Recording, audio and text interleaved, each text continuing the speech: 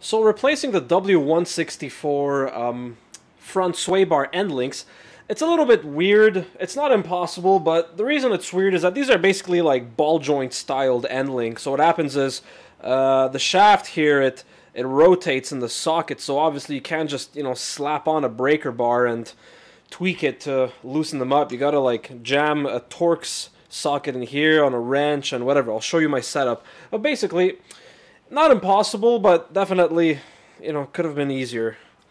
Sometimes over-engineering is not the solution to a problem. Luckily, here on Pat's Car Garage, I forgot to do the intro. So, today on Pat's Car Garage, blah, blah, blah. You already heard the intro. So, yeah, what I have here is an out-of-focus camera. And, yeah, what I have here is, as you can see, there's a socket jammed into the middle of that. And that goes to a ratchet, which was duct taped to the subframe so that it stays put. But basically, you set this up and then you whack it with your favorite sledgehammer. And, the nut comes right loose.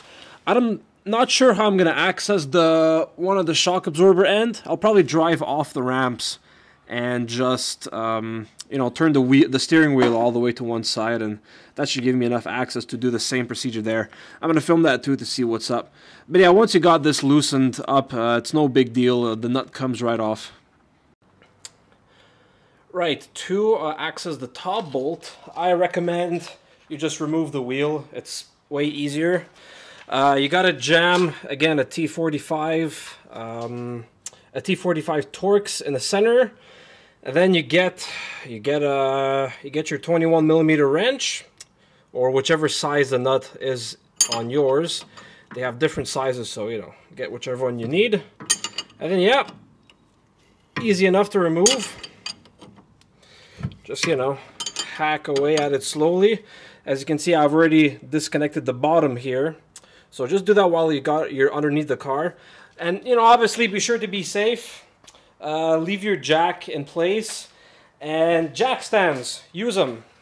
The best spot is to put one right here at the subframe, near where the lower control arm bolts up to the subframe. There's a spot like right here where it goes to the chassis. So place a jack stand under there. Make sure to use a jack stand that has one of these locking pins, because that makes it a heck of a lot safer. And do one side at a time. So I'm going to put the new end link on this side, and then I'm going to move over to the other side. Okay, so basically the symptoms of an issue with the end links in the front is going to be a clonking sound as you drive over rough terrain, but you're not going to feel any looseness in the steering wheel. And as a matter of fact, if you do the quick little ball joint test, you're not going to feel any looseness in the ball joints. You can hack away at that and everything's solid here. Same thing for the tie rods.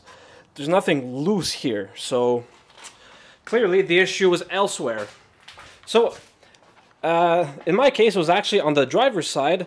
So I'm gonna see this right here. This is completely loose. I mean, that is totally finished. Like, I can just wiggle this around without any effort. If I try to do this on this one, I gotta it's obviously much harder, this one. So yeah, this is gonna be the source of the clonking noise. So yeah, you have to replace these in pairs. First of all, because that's according to WIS. Second of all, frankly, if one side's this bad, the other side's probably not far behind. So just replace these in pairs. They're really cheap. I mean, I paid, I think, $15 or $20 for each side. So, total $40. You'll do it in like an afternoon. A little bit of swearing, a couple of beers, and you'll be on your way. Also, just to clarify while I'm here, the long side goes on the top. The top meaning the shock absorber. This goes on the shock absorber. This goes to the anti-roll bar. So the shorter side is on the anti-roll bar. Alright, when installing the new end link, the WIS has a particular procedure for torquing it. Unfortunately, because you have to counterhold this center guy right here, you obviously can't get a torque wrench on there to torque this thing. So I don't know how they expect you to put a torque wrench on here. If you know of a magical torque wrench that can do this, email me at patscargarage@gmail.com. But for those of us that are mortal and don't have access to the godly torque wrench of godliness, what you have to do is the following modified procedure. Tighten the bejesus out of the nut, loosen it 180 degrees, and then tighten the bejesus out of it a second time. Obviously, you can't connect the bottom, the bottom part of the link yet because, you know, with the wheel removed and the car jacked up, the sway bar is not going to line up, but not a big deal. I'll just put the car back on the ramps when I'm done with both sides installing the new links, and yeah, I'm going to tighten it up. Just a quick little piece of advice. When you're going to go to put the end links back into the anti-roll bar, drop the anti-roll bar. You do it by, I mean, you want to loosen these little guys here. That allows the anti-roll bar to pivot in the bushings. But then you just remove these brackets here that go on the actual bushings themselves, and that removes the anti-roll bar. That's going to allow you to manipulate the anti-roll bar and get both end links in at the same time. Let's get a zoom on that one. See, there you go. Alright, the final step after you've reinstalled the anti-roll bar, by the way, don't forget to put Loctite on these big bolts on the bracket that holds the anti-roll bar. Just put a little bit of Loctite on the threads. Medium strength is fine. Yeah, so finally you just have to bolt that up, the end link to the anti-roll bar. The procedure is similar to the top part of the to the top part of the end link. You first want to tighten the bejesus out of the nut, and then you want to back it up 180 degrees just to make sure to loosen it up. And then you want to tighten it a little bit more than the bejesus. So on the qualitative scale of torque measures, I believe that falls on E36 M3. So you want to tighten the E36 M3 out of that nut. And then you're done. Just reinstall the various splash panels that go underneath the engine and go out for a test drive.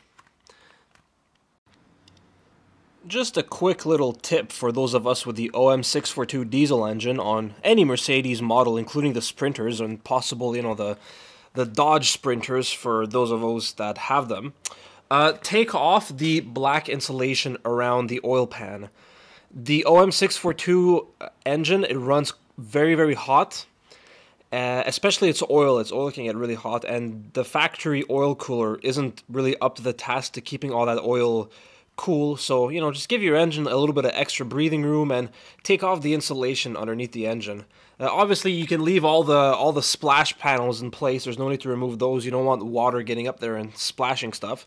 But yeah, do remove the very thick black insulation around the engine oil pan. There's two sections to it. There's the front one and there's a smaller one out in the back that you got to remove. So yeah, stay tuned for the next videos.